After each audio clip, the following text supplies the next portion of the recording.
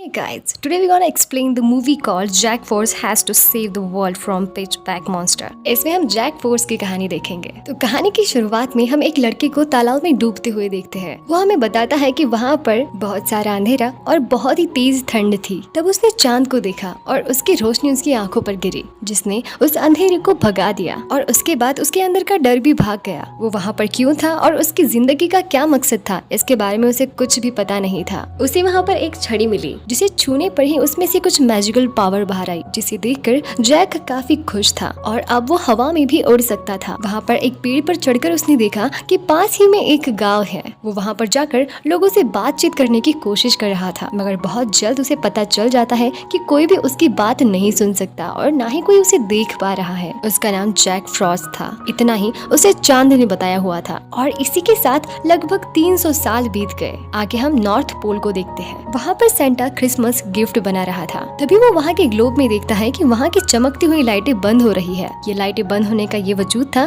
कि अभी भी धरती पर रहने वाले लोग अभी भी गार्डियंस पर भरोसा करते हैं। अब जैसे जैसे लाइटें बंद होती जा रही थी, इसका मतलब वो लोग उन पर भरोसा करना बंद कर रहे थे। तभी सेंटा को पीछे वहाँ पर ब्लैक नजर आता है, जो बच्चों को बुरे सपने और डर देता था। सेंटा को ये खतरे की घंटी लगती है। वो तुरंत अपने बाकी के गार्डियंस को बुलाता है, जिसमें से एक होता है ईस्टर बनी, जो ईस्टर के दिन जो बच्चों के पास रंग बिरंगे एज रखता था। दूसरी होती है टूथ फेरी, जो अपनी बहुत सारी नन्ही परियों के साथ जो बच्चों के टूटे हुए दांत उनके तकिए के नीचे से कलेक्ट करती थी, जिनमें उन बच्चों की यादें भी होती थी। तीसरा होता है सैंडमैन, जिसका काम था बच्चों को सुनहरे और अच्छे से सपने दिखाना, जो उन्हें सच्चाई के रास्ते पर चलने के लिए मोटिवेट करती थी। सेंटा उन्हें बताता है कि शायद ही बहुत बड़ा खतरा धरती पर आने वाला है, क्योंकि उसने पिच ब्लैक को देखा है और वो शायद ही फिर से वापस आने की कोशिश कर रहा है। तभी उनके पास चांद की रोशनी पड़ती है, जिसमें उन्हें जैक फ्रॉस्ट की परछाई नजर आती है। चांद उन सबको एक नया गार्डियन दे रहा था, मगर जैक फ्रॉस्ट को देखकर बनी खुश नहीं था। उसे लगता है कि जैक एक बहुत गैर जिम्मेदार बच्चा है और वो एक गार्डियन बनने के लायक नहीं है। लेकिन सेंटा बोलता है कि चांद ने अगर उसे गार्डियन बनकर हमारे पास भेजा होगा तो उसमें कुछ न कुछ तो बात जरूर होगी और इसके पीछे कोई बड़ा मकसद होगा। इसी के साथ हम जैक फ्रॉस्ट को देखते हैं, जो अपनी स्पिरिचुअल पावर से लोगों के साथ मस्ती कर रहा था। उसे इस काम में बहुत मजा आ रहा था। वो सर्दियों में अपना सारा समय ऐसे ही गुजारता था। उसे बस इसी बात की प्रॉब्लम थी कि कोई भी बच्चा जैक फ्रॉस्ट पर यकीन नहीं करता, क्योंकि वो तो किसी को दिखाई नहीं देता था। वो वहीं पर खड़े जिमी नाम के एक बच्चे को अपनी प्रेजेंस फील करा रहा था, ताकि वो उसे पहचान सके, उसे महसूस कर सके। मगर जिमी अपने बाकी दोस्तों के साथ खेल रहा था। जैक फ्रॉस्ट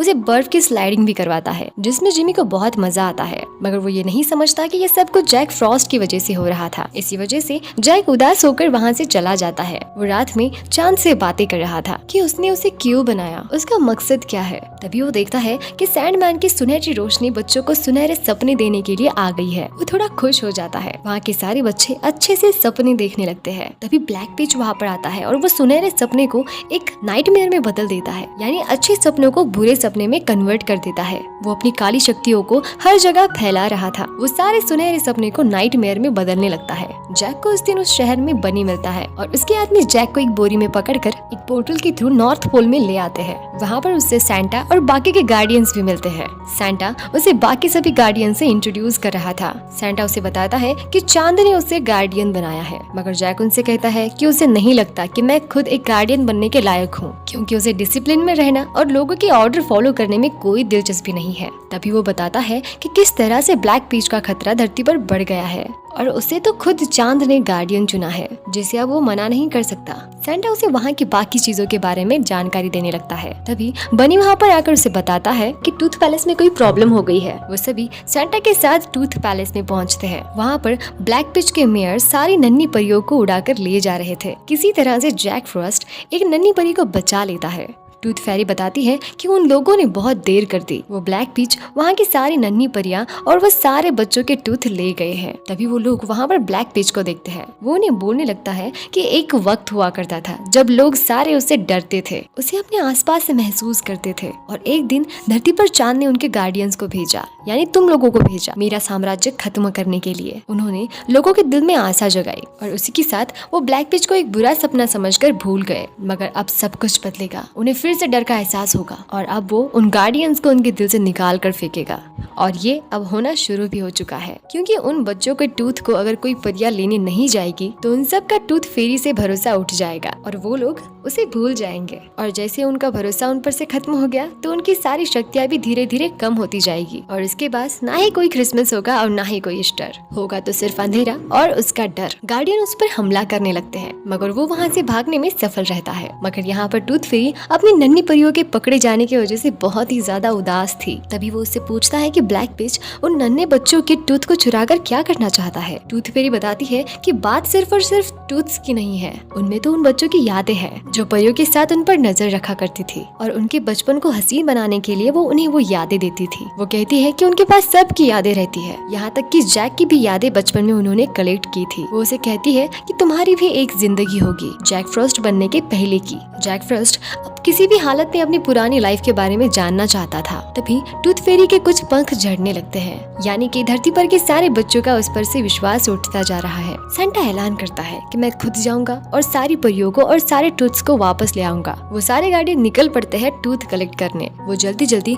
दोबारा से धरती पर के सारे बच्चों के तकिए के नीचे के टूथ्स कलेक्ट करने लगते हैं और उसके बदले में कोई ना कोई गिफ्ट्स छोड़ जाया करते। मगर जब वो जिमी के घर में वो टूथ लेने जाते हैं तो वो जाग जाता है और वो सबको देख सकता था सिवाय जैक के, क्योंकि वो तो उस पर बिलीव नहीं करता था। मगर तभी जिमी का डॉग बनी पर झपटने लगता है। सैंडमैन उसे वापस से सुलाने की कोशिश करता है मगर इसमें इनके साथ साथ टूथ फेरी बनी और सैंटा भी सो जाता है। तभी जैक को वहाँ पर ब्लैक पिच नजर आता है। वो उसके पीछे भागता है। सैंडमैन भी उसके साथ जाता है। इधर जिमी की बहन सैंटा के मैजिकल पावर से कहीं और पर पहुंच जाती है। जैक ब्लैक पिच को पकड़ने की इधर कोशिश कर रहा था और सैंडमैन उसके ड्रीम्स को सुनहरे ड्रीम्स में बदल रहा था। तभी ब्लैक पिच उन्हें दिखाई देता है। वहाँ पर उसके बहुत से नाइटमेयर्स भी थे। वो सभी उस पर एक साथ हमला कर देते हैं। तब तक तो बाकी के गार्डियंस भी वहाँ पर आ जाते हैं। वो सभी नाइटमेयर से लड़ने लगते हैं, लेकिन ब्लैक पिच अपनी पावर से सैंडमैन को एक नाइटमेयर में बदल देता है। जैक उसे बचाने की बहुत कोशिश करता है मगर वो उसे बचा नहीं पाता और वो अपनी पावर से ब्लैक पिच के सारे वार को नाकामयाब कर देता है। सारे गार्डियंस मिलकर सैंडमैन को अलविदा करते हैं और उसे श्रद्धांजलि देते हैं। इन सब के लिए जैक खुद को जिम्मेदार समझ रहा था, पर सैंटा उसे बोलता है कि तुमने तो उन सबको बचाया है। फिर से वो देखते हैं कि ग्लोब पर की कुछ लाइटें बंद हो रही है। बनी उनसे कहता है कि सब कुछ ठीक हो जाएगा क्योंकि कल ईस्टर है और वो सभी नन्हे बच्चों के घर पर कलरफुल एज पहुंचा देगा, जिनसे उनका बिलीव उन पर बना रहेगा और ब्लैक पिच चाहकर भी उनका कुछ भी नहीं कर पाएगा। बनी उन सबको लेकर अपने महल में जाता है तो उन्हें वहाँ पर जिमी की छोटी बहन मिलती है जो कि कल रात मैजिकल पावर से यहाँ पर पहुँच गई थी। बनी उसे फिर से सुला देता है और जैक उसे वापस रखने के लिए उसके घर पर जाता है। उसके साथ एक नन्ही सी परी भी थी। जब वो वहाँ से वापस आ रहा था तभी जैक को उसका ही नाम सुनाई देता है, जैसे उसे कोई पुकार रहा हो। वो उस आवाज का पीछा करता है जिसके साथ वो एक गहरे सुरंग तक पहुँच जाता है। वो आवाज उसके अंदर से आ रही थी। वो उसके अंदर चला जाता है। उसे वो वहाँ पर सारी नन्ही परियां कैद मिलती है जिनको ब्लैक पिच ने कैद कर रखा था। वहाँ पर बहुत से टूथ भी थे और उन्हीं में से वो आवाजें आ रही थी। वो उन टूथ में से अपना खुद का टूथ ढूंढ रहा था। तभी ब्लैक पिच वहाँ पर आता है और उसे उसका टूथ दिखाता है। जैक उसके पीछे पीछे भागने लगता है और वो उसे उसका टूथ दे देता है, जहाँ पर वो एक सुरंग तक पहुँचता है जहाँ पर सारे ईस्टर एज टूटे पड़े थे। वो वहाँ से बाहर निकलता है। वहाँ पर उसे बाकी के गार्डियंस मिलते हैं। वो उसे पूछते हैं कि तुम कहाँ पर थे। नाइटमेयर ने उनके टनल पर हमला किया था और उन्होंने सारे एज को बर्बाद कर दिया। जब उन्हें पता चलता है कि वो ब्लैक पिच के साथ था तो उन्हें बहुत गुस्सा आ जाता है और उन्हें बहुत ही बुरा फील हो रहा था। वो उसे कहते हैं कि जब उन्हें उसकी सबसे ज्यादा जरूरत थी तो तब वो वहाँ से गायब था। जिमी और उसके दोस्तों को ईस्टर एज नहीं मिलते तो वो मानने लगते हैं कि ईस्टर आया ही नहीं और वो ये कहते हैं कि ईस्टर के दिन हमें एज नहीं मिले तो गार्डियन भी नहीं होंगे। जिमी उन्हें विश्वास दिलाता है कि ऐसा कुछ नहीं है, मैंने उन्हें अपने आंखों से देखा था। मगर कोई जिमी की बातों पर भरोसा नहीं करता। सब अपने घर पर वापस चले जाते हैं और जैक भागकर अंटार्कटिका पहुंच जाता है। वहाँ पे उसे ब्लैक पिच मिलता है जो उसे कह रहा था कि वो गार्डियंस तुम्हें कभी भी अपना नहीं मानेंगे, तो इसीलिए वो ब्लैक पिच के साथ मिल जाए। सभी ब्लैक पिच और ब्लैक फॉरेस्ट को जानने लगेंगे, मगर जैक नहीं चाहता था कि लोग उसे डर के मारे जाने और ऐसा कहकर वो वहाँ से जाने लगता है। मगर ब्लैक पिच वहीं पर एक नन्ही परी को हाथ में लेकर उसे मारने की बात करता है और उसे उसका स्टिक मानता है और बोलता है कि अगर इस नन्ही परी की जान नहीं लेनी है तो अपने हाथ का स्टिक मुझे दे दो। जैक उसे अपना स्टिक दे देता है और वो स्टिक मिलते ही वो उस परी को दूर फेंक देता है और उस स्टिक को तोड़ देता है। बाद में वो जैक पर हमला कर उसे एक खाई में फेंक देता है और उसका टूटा हुआ स्टिक भी वहीं पर फेंक कर चला जाता है। कुछ देर बाद जैक की आंख खुलती है। वो देखता है कि वो नन्ही परी वहीं पर पड़ी हुई है। वो उसके जेब से एक टूथ को बाहर निकालती है और वो टूथ किसी और का नहीं बल्कि जैक का ही था। और जैक इस बार उस टूथ के माध्यम से अपनी पुरानी जिंदगी दिखता है और उसे छूने के बाद जैक अपनी पुरानी जिंदगी में चला जाता है, अपनी बचपन वाली जिंदगी में जब वो जिंदा हुआ करता था। जैक देखता है कि उसकी एक छोटी बहन हुआ करती थी। वो दोनों एक दिन खेल रहे होते हैं, तभी उसकी बहन के नीचे का बर्फ टूटने लगता है। वो किसी तरह से वहाँ पर पड़ी एक छड़ी को उठाकर उसे बचा लेता है, पर वो खुद वहीं तालाब में डूब जाता है। तब उसे पता चल जाता है कि चांद ने उसे एक गार्डियन क्यों बनाया है, क्योंकि उसने अपनी जान पे खेलकर अपनी बहन को बचाया था। वो वहाँ पर पड़ी अपनी टूटी स्टिक को फिर से जोड़ने लगता है और वो उसके पावर से फिर से जुड़ भी जाती है। वो डायरेक्टली उन सारी नन्ही परियों को छुड़ाने के लिए वहाँ पर पहुँच जाता है। वो उनके पिंजरे को खोल देता है, मगर वो सभी अब उड़ नहीं पा रही थी। उनकी पावर शायद ही खत्म हो रही थी, क्योंकि वहाँ पर के ग्लोब की अब सारी लाइटें खत्म होती जा रही थी। यानी कि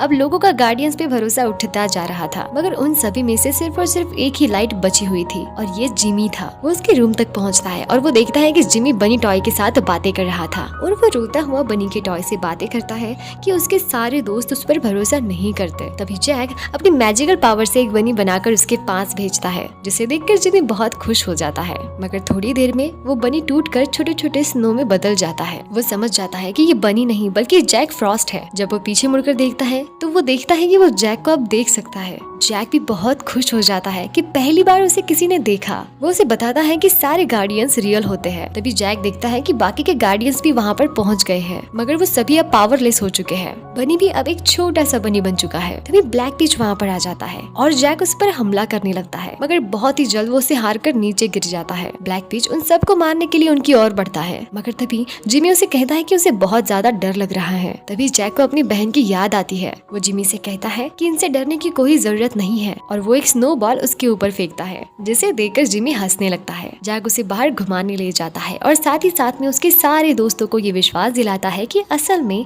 गार्डियंस होते हैं। अब जिमी के सारे दोस्तों को वो गार्डियन नजर आ रहे थे, मगर ब्लैक पिच अभी भी बहुत ज्यादा ताकतवर था। वो उनसे कहता है कि सब कुछ मिलकर भी वो उसे नहीं रोक पाएंगे। तब जिमी और उसके सारे दोस्त आगे आते हैं और वो कहते हैं कि वो इन्हें बचाएंगे, क्योंकि वो किसी ब्लैक पिच से नहीं डरते। ब्लैक पिच उन पर हमला करता है, मगर जिमी को छूते ही उस ब्लैक पिच की सारी बुरी यादें अच्छे सपनों में बदल जाती है और उन सारे गार्डियंस की पावर फिर से वापस आ जाती है और वो सभी मिलकर उस ब्लैक पिच के बुरे नाइटमेयर को खत्म करने लगते हैं। ब्लैक पिच अब जैक पर हमला करता है। तभी एक सुनहरी रस्सी उसे अपनी तरफ खींचती है। ये सैंडमैन होता है जो अब वापस आ चुका था। वो ब्लैक पिच को वहीं उछाल कर उसे नीचे पटक देता है। अब ग्लोब की लाइट एक एक कर बढ़ने लगती है और सैंडमैन सबको फिर से सुनहरे सपने देने लगता है। ब्लैक पिच के नाइटमेयर्स अब उसी पर भारी पड़ रहे थे, क्योंकि अब वो खुद बहुत डरा हुआ था। वो सभी नाइटमेयर्स उसे ही अपने साथ खींचकर उस अंधेरी गुफा में कैद कर देते हैं। जैक और उसके सारे गार्डियंस बच्चों को बाय कर वहाँ से चले जाते हैं और इसी के साथ ये प्यारी सी मूवी यहीं पर एंड हो जाती है। वीडियो अच्छी लगी हो तो वीडियो को लाइक करना, बहुत अच्छी लगी हो तो शेयर करना और इसी तरह के एनिमेटेड मूवीज देखना पसंद है तो मेरे चैनल को सब्सक्राइब कर लेना और साथ ही में उसके पास जो बेल आइकन होती है उसे भी प्रेस कर देना और नोटिफिकेशन ऑल पर करना, ताकि मैं जब भी ऐसे ही इंटरेस्टेड एनिमेटेड वीडियो अपलोड करूंगी तो आपको नोटिफिकेशन मिल जाए। तो मैं फिर मिलूंगी एक नई एनिमेटेड कहानी के साथ। तब तक के लिए thank you so much for watching me. Thank you.